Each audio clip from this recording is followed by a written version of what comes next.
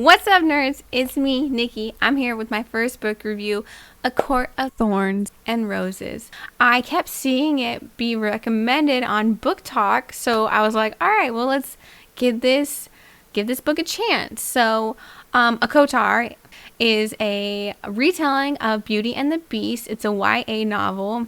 It's about a young girl who unknowingly kills a fairy while out hunting in the woods one day. So, in return for killing the fairy, another fairy comes to her house and is like, you need to come live with me and give up your life as a human to come live in the fairy world. And that's about as much as I can tell you without spoiling anything. So, from here on out, we will be discussing spoilers. So, you've been warned. So, ACOTAR is about our young protagonist named Feyre.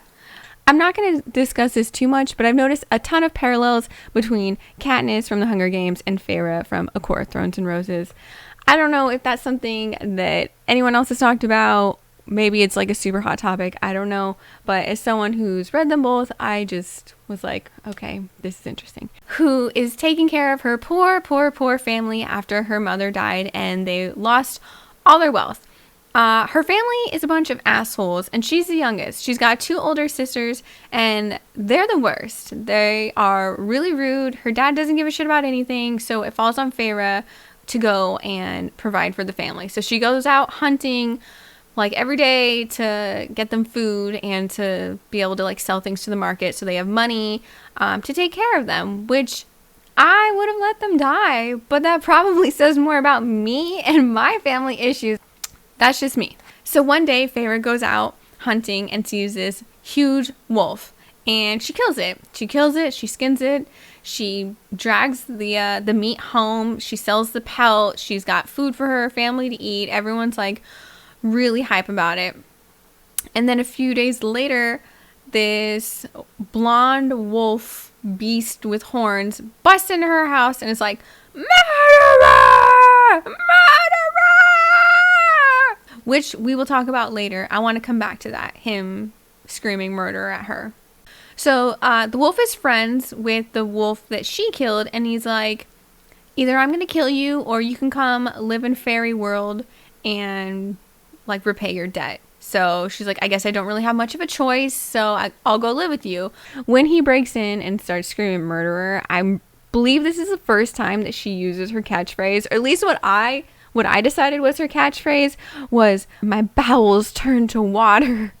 Which, okay, you gonna shit yourself. Like, yeah, you gonna shit yourself with some, like, big old beast, some wolf-looking antler, deer, werewolf thing pops in your house and calls you a murderer and clearly wants to kill you. Like, I would shit myself too. But she says, my bowels turn to water so many times that throughout this book.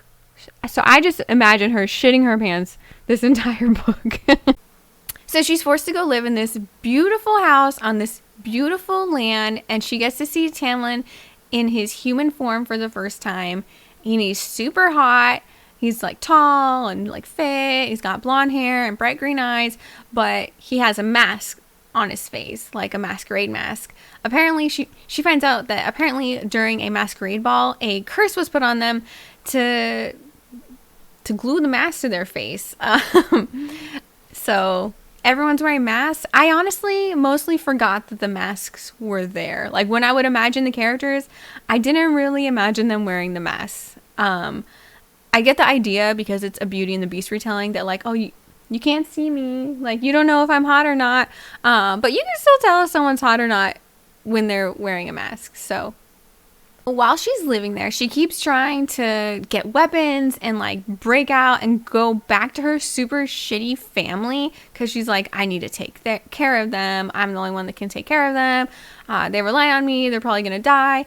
And Tamlin tells her, and keep in mind, at this point, we think that if a fairy tells you something, it has to be the truth because they can't lie. That is apparently something that humans believe, that fairies cannot lie. So Tamlin tells her that he took care of her family, that they are taking better care of than Feyre ever could take care of them. However, later we find out that that's a lie. Not that they were not being taken care of. They were being taken care of.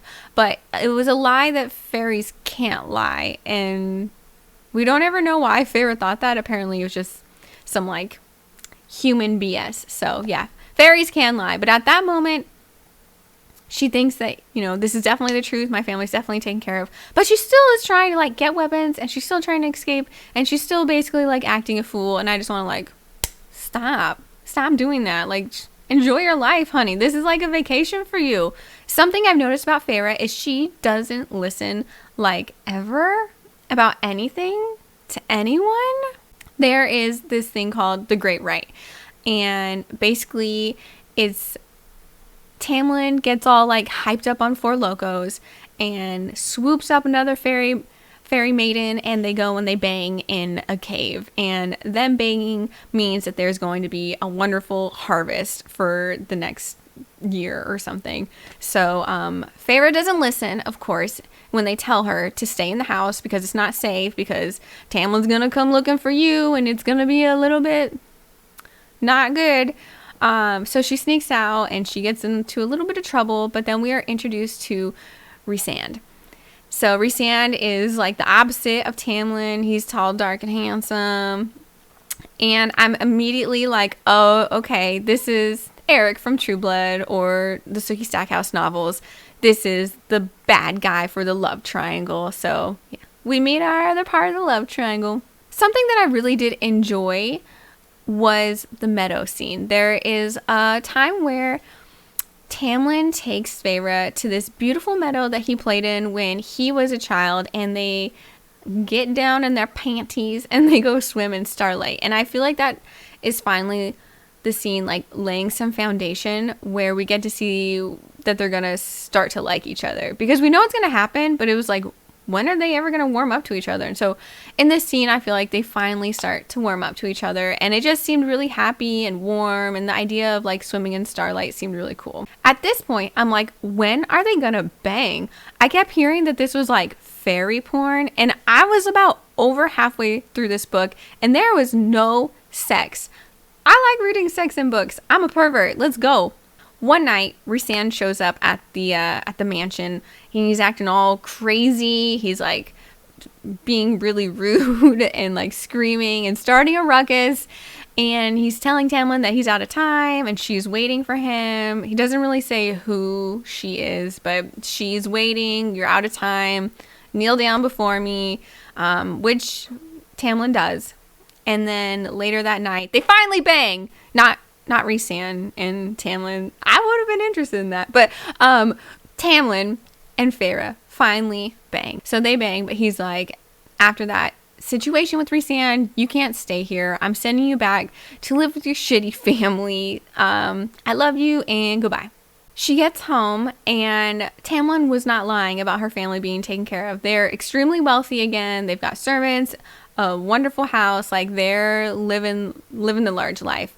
Nesta seems like kind of weird upon meeting her. So she's like, what's up? And she tells her that she remembers everything. For whatever reason, the memory spell that Tamlin cast worked on her other sister and her dad, but not on Nesta. And so Nesta's like, what's going on? So Feyre is just like, yeah, let me just tell you all my secrets. So she tells her everything, which seemed so crazy to me because I'm like, I would not trust her. Even though she did go and try to rescue Feyre, but she couldn't get through the fairy wall. So that was kind of sweet, but she still sucks. I still think she sucks, but at least they had this like bonding moment. So there is a little bit of a redemption arc for the shitty family, kind of. Feyre's happy to see that her family's doing well, but she knows that something is up with Tamlin. So she decides to go back to Perinthia, I think is how you say it, the fairyland. So she crosses the wall and goes back to the beautiful mansion in the spring court, and it's like all wrecked. There's like blood and scratches and broken shit, and no one's there. So she's like really sketched out, trying to figure out what's going on, and she runs into Alice. And Alice is the only servant who ever really has any sort of speaking or any sort of anything, really. Alice decides to info dump real quick on Feyre. She tells her about the curse that was put on Tamlin. So the curse not only glued the mask to his face, it took half of his powers, or like most of his powers, not all of it. I don't understand why it didn't take all of his powers. It took most of his powers. And then it also has this requirement to break it. The requirement being he must have a human fall in love with him. Okay, this curse is so extra.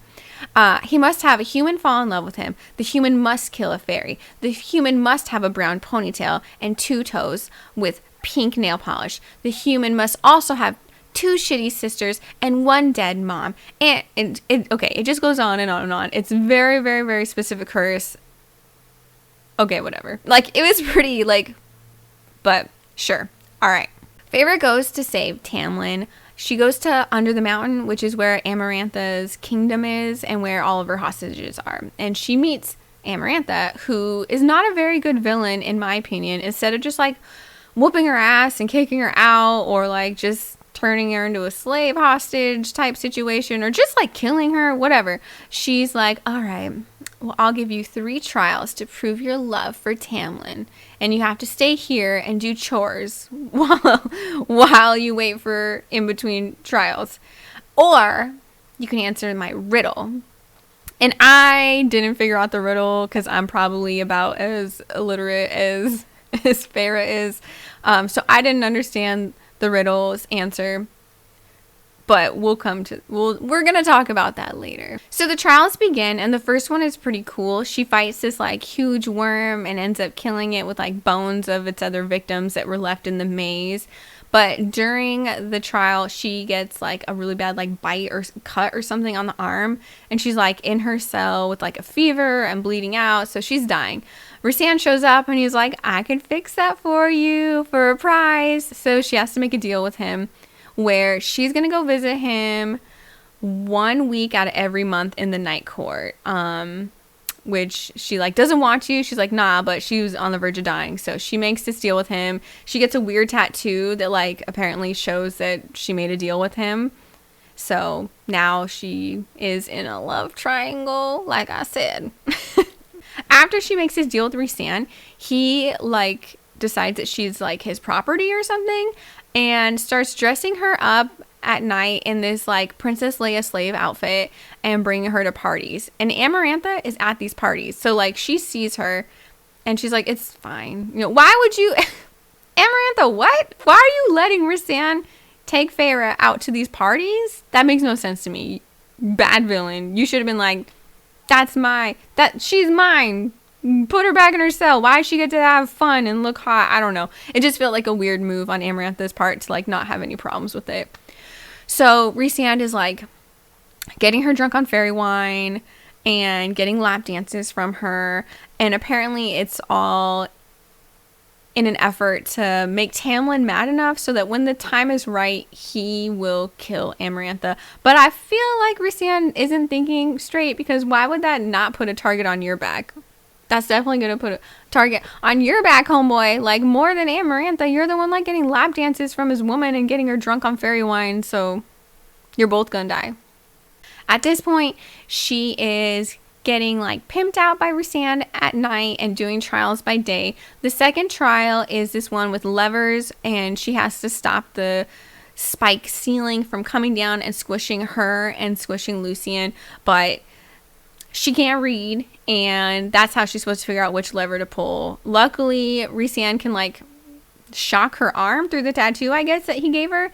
And so every time she tries to pull the wrong lever, he's like, no. So that's how she figures out the right lever to pull. So she kind of cheats, but who cares? Like, I mean, I would cheat to save my life too. So good for you. You go, girl. So trial 3 starts, and things start to get really crazy here. Like, shit starts popping off here. Shit starts popping off. Trial 3 is that she has to stab 3 fairies in the heart. The first 2, she's like, pop, pop. She's wham, bam, whatever. And then the third one is Tamlin. And she's like, well, shit. But then she apparently unlocks these memories about people subtly hinting to the fact that Tamlin has a stone heart. And she's like, oh yeah, he's totally got a stone heart. So bam, she stabs him in the heart too. And he lives because apparently he did have a stone heart. I didn't pick up on that in the book. but she did reference like exact quotes, so maybe other people caught on to it, and for me it was just like, phew. But after she does that, Amarantha is just like, I'm gonna kill this bitch anyway. Like, why not? So Amarantha starts just like whooping her ass and almost beats her to death, and then Rhysand steps in because hello, love triangle, and they're fighting, and while those two are fighting, this is the biggest no of the book for me. This was the biggest, like, while Feyre is laying on the ground, half dead, bleeding out, she alive, but she dead, she solves the riddle. She's like, the answer to the riddle is love. So the answer is love. The answer to the riddle that she gave her is love, and the curse is just gone from everybody. Okay, but side note about the curse, why did Tamlin show up at her house screaming murderer if he knew that he needed her to break the curse? That seems counterproductive, but whatever. All right, so the curse is broken. Tamlin's like claws out, jumps on Amarantha, he just like ruins her, kills her up, which was kind of a bummer to me because I was really hoping that Feyre was gonna do it. She had proven herself to kill lots of mystical beings before, so I'm like, why not have Feyre kill Amarantha? That would be dope. Except for Feyre is dying, and everyone goes and like pours a little out for the homie, and she becomes a fairy. Apparently they all gave her like a little bit of magic, everyone that was under the curse, to thank her for breaking the curse. So now she's High Fairy and she's not dead. To celebrate, her and Tamlin go and like bang in her old little cell because like, why not go out on one big bang, you know? But before they leave, she runs into Rhysand, and Rhysand is like, I'll see you later. Don't forget like that tattoo and the deal we made where you have to spend a week in Night Court. And she's like, yeah, okay. And then before he takes off, he's like, I don't know, some like weird face. Something happened. I'm sure we'll find out in the next book what happened. I have some ideas, but I'm not going to get into it. So we'll see what happens. So he takes off, and then her and Tamlin go back to Spring Court, go back to their mansion to live happily ever after. And that's the end. So I'm super looking forward to A Court of Mist and Fury. After reviewing this book, a lot of things I talk about, I suppose I'm kind of memeing on it or like cringing on it. But I liked it. Like, I enjoyed reading it. I enjoyed the world. I feel like it's kind of like a guilty pleasure almost. I'm going to rate it a 3.5 out of 5 stars, and I really enjoyed it. Thanks so much for hanging out for my first book review. If you like this, don't forget to leave like a like and a sub. There will be more. I'm very excited to get into the next one. So yeah, I'll see you guys then. All right, bye.